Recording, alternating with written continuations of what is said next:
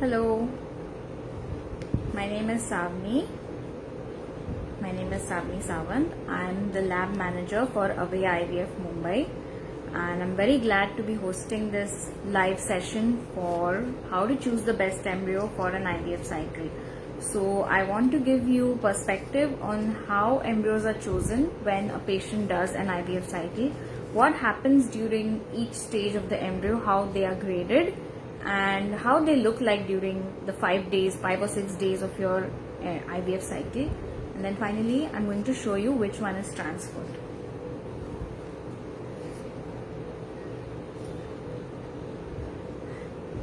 Hello.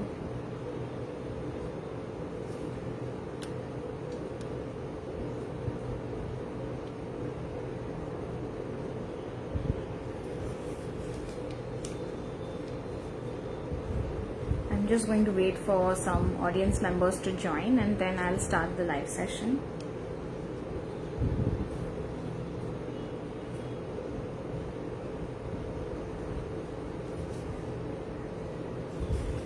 Okay, I think we have quite enough viewers. Okay, hello everybody. Hello everyone who joined newly. I'm going to start the session now on how the best embryo is chosen for an IVF cycle.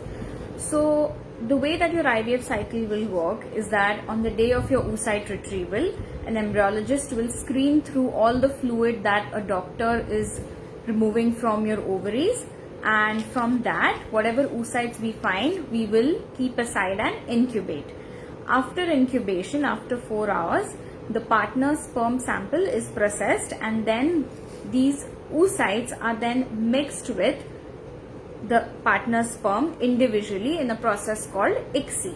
So I want to tell you here how after your ICSI cycle, that is after on the day of your retrieval, after your ICSI takes place, what are the next steps, how your embryo should ideally look, what is a good embryo, what is a bad embryo, and which embryo will be finally transferred to you. So if you can just take a look at the screen, after the first day of your cycle, that is the day 1, this is how a good quality embryo should look like. So this is the oocyte. This is highly magnified. This is an oocyte, and if it has these 2 round circles inside it, you can see with some further circles inside of the circles, this is an indication of a good embryo. So a good embryo will be very clean to look at. There are no irregularities over here. You can see 2 circles here as well. These are called the polar bodies of your egg. So this is how one egg will look like. For an ideal IVF cycle, you may have multiple of these eggs. And then at the same hand, on day 1, if you have a poor quality embryo, this is how it may look like. So you basically cannot see the boundaries of the egg very clearly. There is a lot of granulation over here. There's a lot of pits. So it may be that the oocyte has been dipped in between. So this is either the cause for that could be that it is a poor quality oocyte or it was fertilized with poor quality sperm. So these are the kind of eggs that may not develop into good embryos, but something like this will definitely become a very good embryo. The next thing that I want to show you is how your embryo will look like on the 2nd or the 3rd day. So day 1 was when it was just looking like an oocyte. After that, on the 2nd or the 3rd day, your embryo should look somewhere like this. So the entire oocyte, which was just one cell, has now divided and become multiple cells. On the 2nd day of fertilizing of your IVF cycle, post fertilization, an embryo should be somewhere between 3 to 5 cells. So it looks somewhere around this. This is actually a day 3 embryo, which is the day that we grade the embryos. If a day 3 embryo will be somewhere between 6 to 7, 8 or 9 cells. That is an indication of a good embryo. So this is, you can see, is a 7-cell embryo and this is an 8-cell embryo. This is how it should look if your embryos are growing very well. They should be very clearly recognized by the cell boundaries, and there are no granulations or fragmentations in these cells. They're very clean looking. On the other hand, if you look at this embryo, it's just fragmented and broken down into many small bits. You can't even call these cells. You can only see 2 clear boundaries of cells over here, whereas everything else is really granulated. This is again an indication of a bad embryo. So these embryos will again not develop into good quality embryos 2 days later. That is your 5th day of your IVF cycle, which is the main day. So as you can see, the differences are very noticeable. Now coming to the last stage of your IVF cycle, that is the 5th day. On the 5th day, you have embryos that will look something like this ideally. An ideal day 5 embryo, if you can see a close up, will have a small ball of very compacted cells called the ICM, and the corner of the embryo over here, you could see the corner was very clear, right? It was like a clear ring. This ring on over here will develop quilt like cushions, and this cushioning effect is called the trophectoderm. A good quality embryo on the 5th day of your IVF cycle will have a very clear and precise compact ICM as well as a clear and well differentiated trophectoderm. On the other hand, a bad embryo, you can just see the bottom one, you cannot see any quilting over here. This is as good as a ring, similar to what you saw over here or over here. So the ring doesn't develop into cushions, and unlike this compact ball of cells over here, you cannot see any balls over here. What you can see is individual, very spaced out, very loosely packed cells. Again, this is a bad embryo. So in order to ease it out for the patient, we grade embryos from a scale of A to D, A being the best, D being the worst. So if you looked at these embryos, these would be A and between a A and B grade embryos. I would call this a B because it has certain dark spots over here, but this is a crystal clear A grade embryo. This on the other hand would be a D grade embryo. If there were 3 or 4 more cells over here, I would have given it a C, but because it's only 2 cells, I am giving it a D. On the same hand, this embryo is an example of an A grade embryo because both of these components are visibly seen. This on the other hand is a D grade embryo because both of these components are not visibly seen, and it's very, as you can see, the image itself is blurred because you cannot visualize it correctly. So this is a very brief take on how we grade embryos. An embryologist who is trained for many years to see different kinds of embryos will have even more parameters. So these, I told you, just 2 parameters. There are up to 17 parameters on how embryos can be judged, right from day 1, 2, 3 till day 5.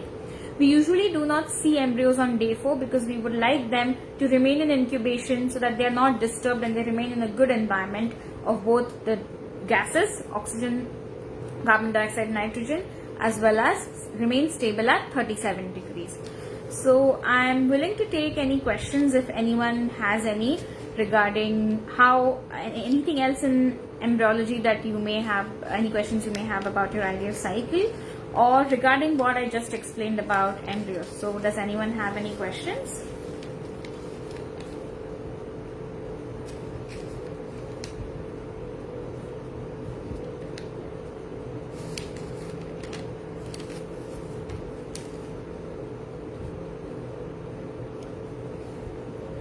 If you would like to know anything more about embryology in specific or anything about IVF cycle, anything about Avea IVF's packages, how their treatments are, what are the doctors that are practicing at Avea, you can visit the website or either of the, you can visit the Instagram pages or the Twitter page. There's also this Facebook page. If you put down in the comments what you want to know about, then an expert on that particular topic, it could be a doctor or an embryologist, will personally reply to your queries. I can see some questions. Mr. Raju Podel is asking, can I do IVF stored in another hospital? I think what you mean is, can you do IVF with Avea IVF if your embryos are stored in another hospital? The answer is yes, you can absolutely do an embryo transfer with Avea if your embryos are somewhere else. What you will need to do is you will need to cryo ship those embryos in a small liquid nitrogen cylinder. Any local company or Avea will help you with this. You can get your embryos from that center to our center, and we will be very happy to do an IVF cycle for you, sir. Niharika Nayak is asking, what is the ideal age to participate in IVF? So according to me, the ideal age, as well as according to the ICMR guidelines, is anyone who is above the age of 21 for both men and women can participate in an IVF cycle. And infertility has become so common nowadays that the earlier notion of IVF is only meant for older men and women is absolutely incorrect. Anyone starting from the age of 21 may require and has in my experience required IVF or IUI cycles. Thank you, Mr. Roshan Chaudhary, for your encouragement. I hope that has answered the questions that everyone has asked. Does anyone have any more questions?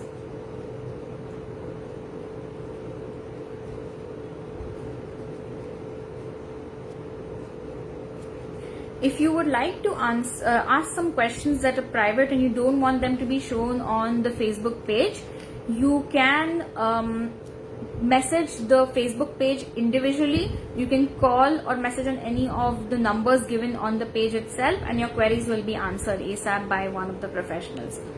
Mr. Raju Patel is asking again, what is the cost of embryo transfer if brought from another hospital? Mr. Raju, I suggest you contact the number given on the Facebook page in this link and you can find out the costs. Niharika is asking, how many IVF cycles does it usually take for someone to get pregnant on an average? That's a very good question, Niharika. In fact, this is a very repeatedly and commonly asked question, that how many cycles will it take for me to get pregnant? The answer for that is it could take as many or as few cycles depending on what your prognosis is. If you are a good prognosis patient, if you have had all the correct tests, if you have had a good IVF cycle, then you could get pregnant even in your first attempt. Or if not, you could take multiple attempts with multiple different options, different types of IVF in order for you to get pregnant. Thank you for that question. That's a repeatedly asked one. Tamanna Garg Mittal is asking, why is IVF pregnancy getting failed? Can a positive pregnancy result in miscarriage after FET? Tamanna, I would request that Avya IVF does free consultations. The first consultation is free.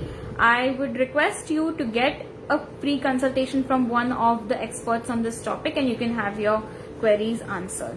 IVF does result in successful pregnancies most of the times. So this is also a wrong notion that IVF pregnancy could get the failure rate is high. And yes, any positive pregnancy can result in a miscarriage. It is nothing related to an FET or a fresh ET or a natural conception or IVF. So that percentage is there, but I request you to get help of our experts who will definitely answer your question in detail. Thank you.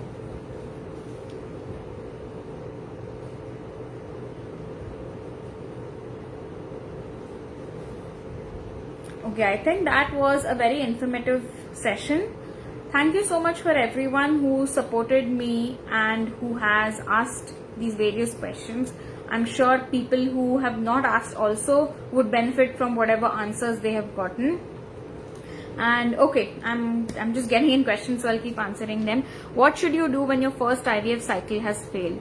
Bhavna, I suggest that again you take, I'm an embryologist, and you would, it would be better if you take the opinion of one of our consultants based on where you live. All the numbers of those consultants are in the IVF page from where you have joined this live. So whether, depending on what your IVF cycle was, whether you have embryos stored, you can get another embryo transfer done with your frozen embryos, or if you don't, based on your prognosis, your doctor would suggest you for another kind of IVF cycle. I hope that has answered all your queries. So thank you to everyone who has attended my live or is still watching me. And if you have any queries, you could either direct them to the Avya IVF page, the comment section, or you could even direct them to me individually, which I can answer in the chat box below this session right now or just after the session. Thank you so much for attending. I am going to take your leave now. Thank you, and stay positive in your quest for pregnancy. You can surely achieve it, and Avya IVF will definitely help you in every way you can. Thank you. Bye.